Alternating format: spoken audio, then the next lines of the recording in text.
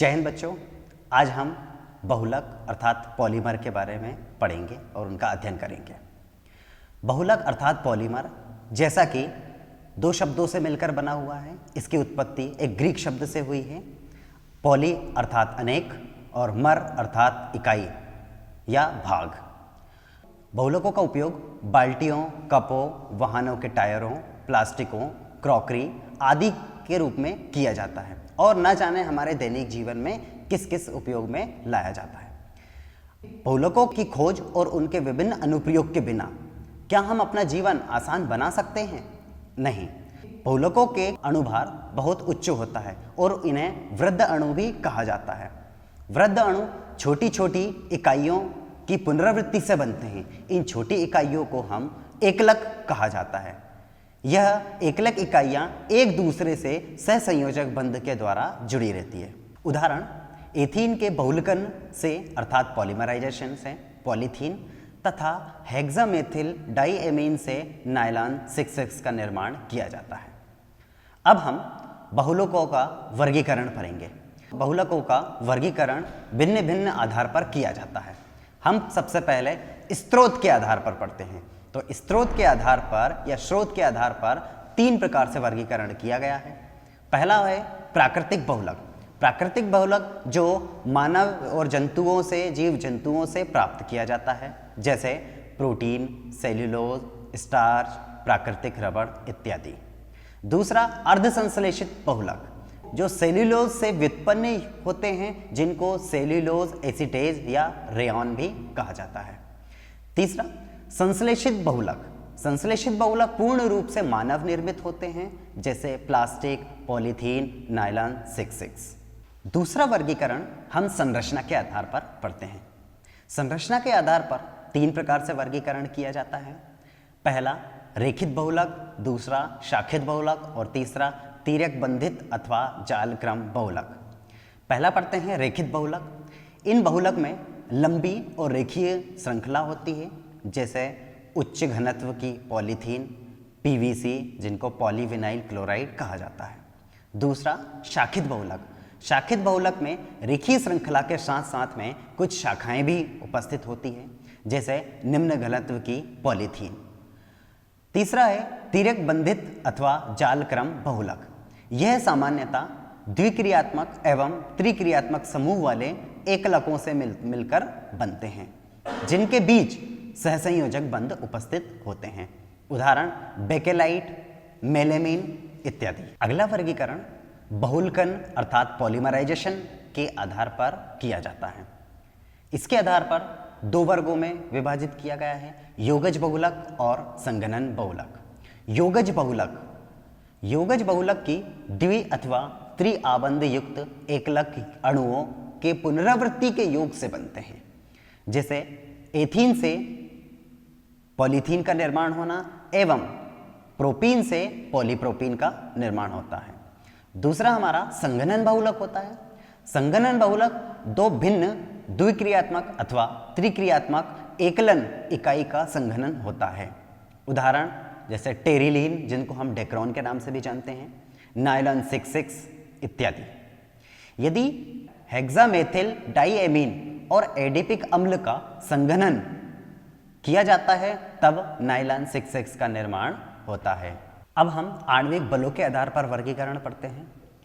बहुलकों का आणविक बलों के आधार पर निम्न चार उपसमूहों में वर्गीकृत किया गया है। पहला प्रत्यास्थ बहुलक, दूसरा रेशे बहुलक, तीसरा ताप सुघट्य बहुलक और चौथा ताप दृढ़ बहुलक। पहला होता है हमारा प्रत्यास्थ बहुलक। यह प्रत्यास्थ गुण रबर के समान ठोस होते हैं, जिनमें दुर्बल वांडरवाल बल के द्वारा जुड़ी होती है। दुर्बलता के कारण इनमें तनित होने की क्षमता अधिक होती है, जिनको हम खींच सकते हैं। उदाहरण ब्यूना एस, ब्यूना एन और नियोप्रीन इत्यादि। दूसरा रेशे बहुलक। रेशे एक प्रकार का धागे बनाने वाले ठोस होते हैं। इनमें प्रबल बंध होता है और प्रबल बंध के कारण इनकी तनित क्षमता कम होती है। उदाहरण पॉलीएमाइड, नायलॉन 6,6, पॉलीएस्टर जिनको टेरिलीन कहा जाता है। तीसरा बहुलक ताप सुघट्य बहुलक। इस प्रकार के बहुलों जो बार बार गर्म करने से मृदुल और ठंडा करने से कठोर हो जाते हैं, इन्हें ताप सुघट्य बहुलक करते हैं। जैसे पीवीसी, पॉलीस्टीरीन इत्यादि, इनका हम उपयोग कर सकते हैं। ताप दृढ़ बहुलक, यह बहुलक तिर्यक अथवा अत्यधिक शाखित वाले होते हैं, जिनको सांचों में संगठित करके विस्तार कर लिया जाता है, लेकिन इसका उपयोग दोबारा नहीं किया जा सकता है। उदाहरण बेकेलाइट। अब हम बहुलकों का वर्गीकरण पढ़ चुके हैं। अब हम बहुलकों की श्रृंखला वृद्धि या पॉलीमराइजेशन की प्रोसेस को समझते हैं। सबसे पहले योगात्मक बहुलकन अर्थात पॉलीमराइजेशन या श्रृंखला वृद्धि बहुलकन। इस प्रक्रिया में निम्न एकलक इकाई परस्पर योग मिलकर वृद्ध अणु या योगात्मक बहुलक बनाते हैं। इस प्रक्रिया को बहुलकन कहलाती है। इसको मुक्त मूलक क्रियाविधि द्वारा आसानी से समझ सकते हैं। यह इसकी सामान्य विधि है, मुक्त मूलक क्रियाविधि। इस प्रक्रिया में एथीन एवं पराक्साइड द्वारा बनने वाले फेनिल मुक्त मूलक द्विक आबंध के योग से बनते हैं। इस प्रकार एक बड़ा मुक्त मूलक बनता है या जनित होता है। इस चरण को हम श्रृंखला प्रारंभन पद भी कहते हैं, क्योंकि यह चरण श्रृंखला के प्रारंभ होने का पद है। दूसरा चरण होता है हमारा श्रृंखला संचरण पद। श्रृंखला संचरण पद में जब मुक्त मूलक एथीन के दूसरे अणु के साथ अभिक्रिया करता है, तब दूसरा और अधिक बड़े आकार का वृद्ध अणु या मुक्त मूलक बनाता है, और बड़े अणु की पुनरावृत्ति जो अग्र दिशा में होती है, इसीलिए इस चरण को श्रृंखला संचरण पद कहते हैं। तीसरा हमारा पद होता है श्रृंखला समापन पद। श्रृंखला समापन पद में अंतिम रूप से किसी अवस्था में बनने वाला मुक्त मूलक किसी अन्य मूलक के साथ अभिक्रिया कर बहुलकित उत्पाद बनाता है, तो इस चरण को श्रृंखला समापन पद कहते हैं। अगला हमारा संघनन बहुलकन होता है, कंडेंसेशन पॉलीमराइजेशन। इस प्रकार के बहुलकन में एकलकों की पुनरावृत्ति संघनन अभिक्रिया द्वारा होती है। उदाहरण एथिलीन ग्लाइकॉल और टेरेफ्थैलिक अम्ल की अन्योन्य क्रिया से टेरिलीन अर्थात डेक्रोन बनता है। इसका दो उदाहरण होते हैं, नाइलॉन 6 और नाइलॉन 66। नाइलॉन 66 इसका विचरण हेक्सामेथिल डाइएमीन एवं एडिपिक अम्ल के उच्च दाब और उच्च ताप संघनन के द्वारा बनता है। नाइलॉन 6 यह कैप्रोलेक्टम को जल के साथ उच्च ताप पर गर्म करके प्राप्त किया जाता है। इसका उपयोग टायरों की डोरियों, वस्त्रों और रस्सियों के निर्माण में किया जाता है। तीसरा हमारा बेकेलाइट होता है, जिसको फिनॉल फॉर्मेल्डिहाइड बहुलक भी कहते हैं। यह फिनॉल की अम्ल अथवा क्षार की उत्प्रेरक की उपस्थिति में फॉर्मेल्डिहाइड के साथ संघनन के द्वारा प्राप्त किया जाता है। बेकेलाइट थर्मोसेटिंग प्लास्टिक का उदाहरण है।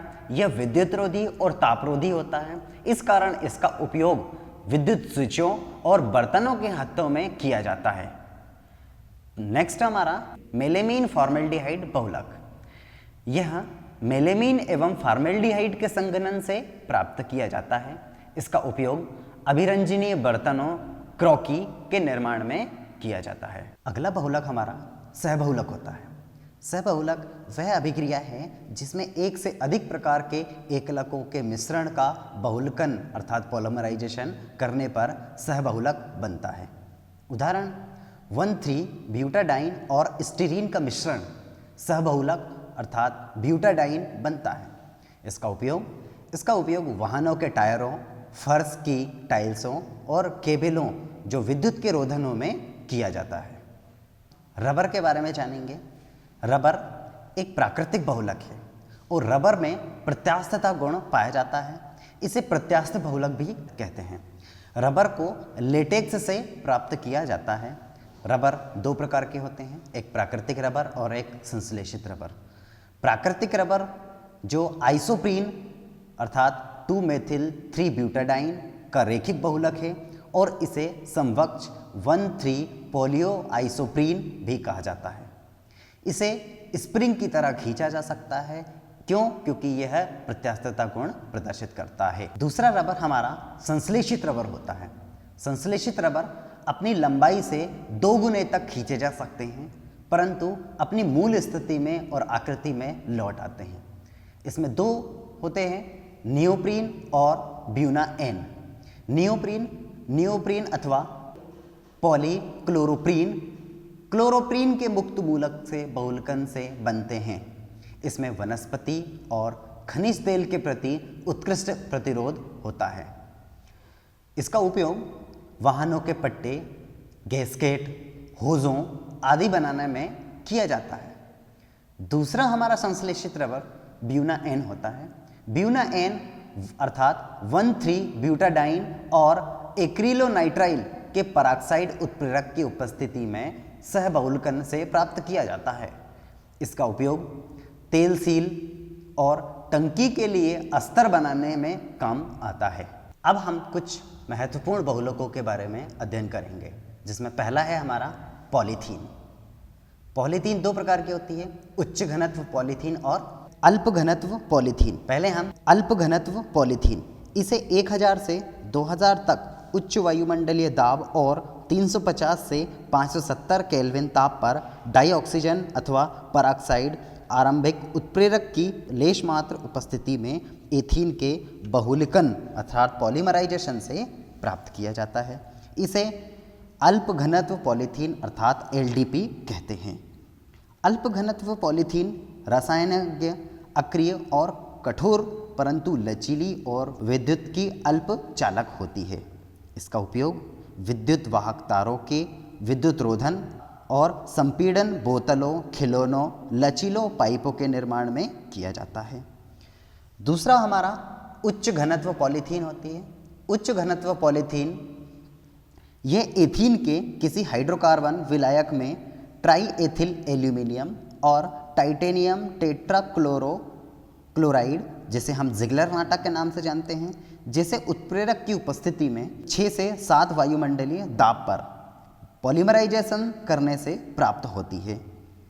इसे उच्च घनत्व पॉलीथीन अर्थात HDP कहते हैं। इसका घनत्व उच्च होता है। यह भी रासायनिक रूप से अक्रिय, अधिक कठोर और दृढ़ होती है। यह बाल्टियों, कूड़ेदान, पाइपों, बोतलों आदि के निर्माण में प्रयोग होती है।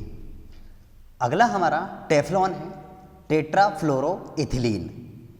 इसका अध्ययन करते हैं। टेफ्लॉन टेट्राफ्लोरोएथीन के मुक्त मूलक अर्थात परसल्फेट उत्प्रेरक के साथ उच्च दाब पर गर्म करके उत्पादित की जाती है। यह रासायनिक रूप से अक्रिय और संक्षारण अभिकर्मक द्वारा प्रदान की जाती है। इसमें आक्रामक तेल सील और गैस्केटों को बनाने के लिए और न चिपकने वाली नॉन स्टिक सतह पर किया जाता है। अगला हमारा पॉलीएक्रिलोनाइट्राइल होता है। पॉलीएक्रिलोनाइट्राइल एक्रिलोनाइट्राइल के पराक्साइड उत्प्रेरक की उपस्थिति में योगज बहुलकन से पॉलीएक्रिलोनाइट्राइल बनता है। पॉलीएक्रिलोनाइट्राइल का उपयोग ऊन के प्रतिस्थायी रूप से औद्योगिक रेशे और ऑर्लॉन तथा एक्रिलीन बनाने में किया जाता है। अब हम जैव निम्नीकरण बहुलकों का अध्ययन करेंगे।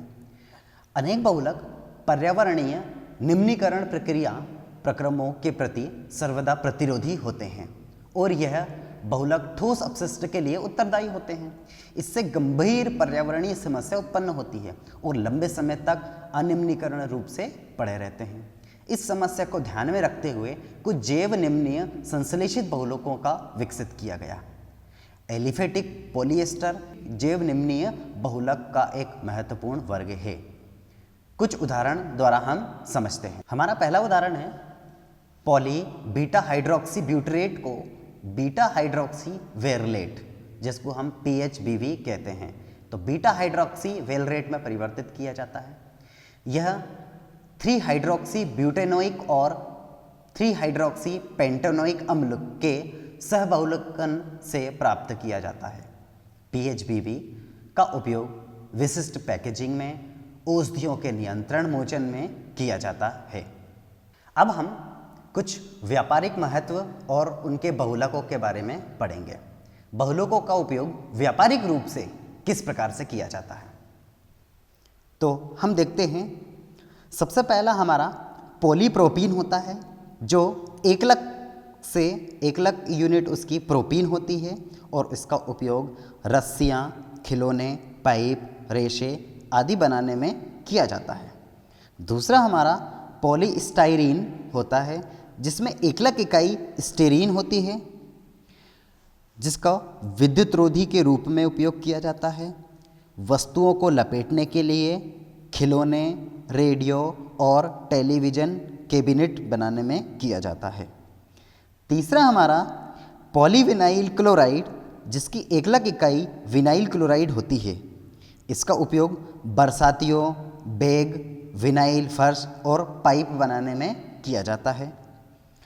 अगला हमारा यूरिया फॉर्मेल्डिहाइड रेजिन, यह इसकी दो एकलक इकाई होती है, यूरिया और फॉर्मेल्डिहाइड, जिसका उपयोग न टूटने वाले कप और पटलित चादरें बनाने में किया जाता है। नेक्स्ट हमारा गिलिप्टल में भी दो एकलक इकाई होती है, एथिलीन ग्लाइकॉल और थैलिक अम्ल। एथिलीन ग्लाइकॉल और थैलिक अम्ल दोनों एकलक इकाई से हम गिलिप्टल का निर्माण करते हैं। इसका उपयोग प्रलेप और प्रलाक्ष बनाने में किया जाता है। अगला हमारा बेकेलाइट होता है। बेकेलाइट हमारा थर्मोप्लास्टिक होता है। इसमें दो एकलक इकाई होती है, फिनॉल एवं फॉर्मेल्डिहाइड। फिनॉल और फॉर्मेल्डिहाइड दोनों से मिलकर हमारा बेकेलाइट बनता है। इसका उपयोग कंघियों, विद्युत स्विचों और बर्तन के हत्थे, कंप्यूटर डिस्क आदि बनाने में किया जाता है। अब हम रबर का वल्कनीकरण का अध्ययन करेंगे। रबर हम जानते हैं दो प्रकार की होती है, प्राकृतिक रबर और संश्लेषित रबर। रबर की क्षमता तन्यता की होती है, उसको खींचा जा सकता है। प्राकृतिक रबर उच्च ताप पर नरम और निम्न ताप पर भंगुर होती है और उच्च जल अवशोषित क्षमता प्रदर्शित करती है। ये अध्रुवीय विलायकों में घुलनशील होती है और ऑक्सीकरण अभिकर्मकों के आक्रमण के प्रति प्रतिरोधी नहीं है। इन भौतिक गुणों के सुधार के लिए वल्कनीकरण की प्रक्रिया की जाती है। इस प्रक्रिया में अपरिष्कृत रबर को सल्फर के साथ अत्यधिक ताप परास के मध्य गर्म किया जाता है, जिसे वल्कनीकरण से द्विबंध की क्रियाशीलता की स्थिति पर सल्फर त्रियक बंध बनाता है। इस प्रकार रबर कठोर हो जाता है। टायर बनाने के लिए प्रयुक्त होने वाली रबर के उत्पादन में 5% सल्फर का उपयोग तिर्यक बंध के रूप में किया जाता है।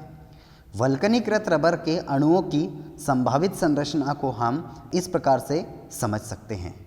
बच्चों, अब हमने बहुलकों के बारे में अध्ययन किया, इनको वर्गीकरण को समझा कि विभिन्न प्रकार से इनका वर्गीकरण किया जाता है, जैसे स्रोत के आधार पर वर्गीकरण, संरचना के आधार पर वर्गीकरण इत्यादि। और हमने दैनिक जीवन में उपयोग होने वाले बहुलकों का भी अध्ययन किया। अब आपके घरों के अंदर उपयोग होने वाले बहुलक जैसे विद्युत स्विच, बर्तन के हत्थे, बाल्टियाँ, मग, पॉलीथीन और अनेक प्रकार के बहुलकों का वर्गीकरण करना है। आपके घर के अंदर, आसपास के अंदर जितने भी बहुलकों का उपयोग हो रहा है उनका अध्ययन करना है और उनका वर्गीकरण करना है। अब आपको कुछ प्रश्न दिए जा रहे हैं जिनको आपको हल करना है। आपके प्रश्न हैं कि आणविक बलों के आधार पर बहुलक किन संवर्गों में वर्गीकृत किए जाते हैं। आपका दूसरा प्रश्न है एथीन के बहुलकन के लिए मुक्त मूलक क्रियाविधि लिखिए। रबर के वल्कनीकरण के लिए मुख्य उद्देश्यों की विवेचना कीजिए। और नायलॉन 6 और नायलॉन 6 में पुनरावृत्त एकलक इकाइयाँ क्या होती हैं। और हमारा लास्ट आखिरी प्रश्न है निम्नलिखित बहुलकों के एकलक का नाम और संरचना लिखिए। तो निम्न बहुलक हैं Buena S, Buena N, Dacron और नियोप्रीन। थैंक यू, धन्यवाद।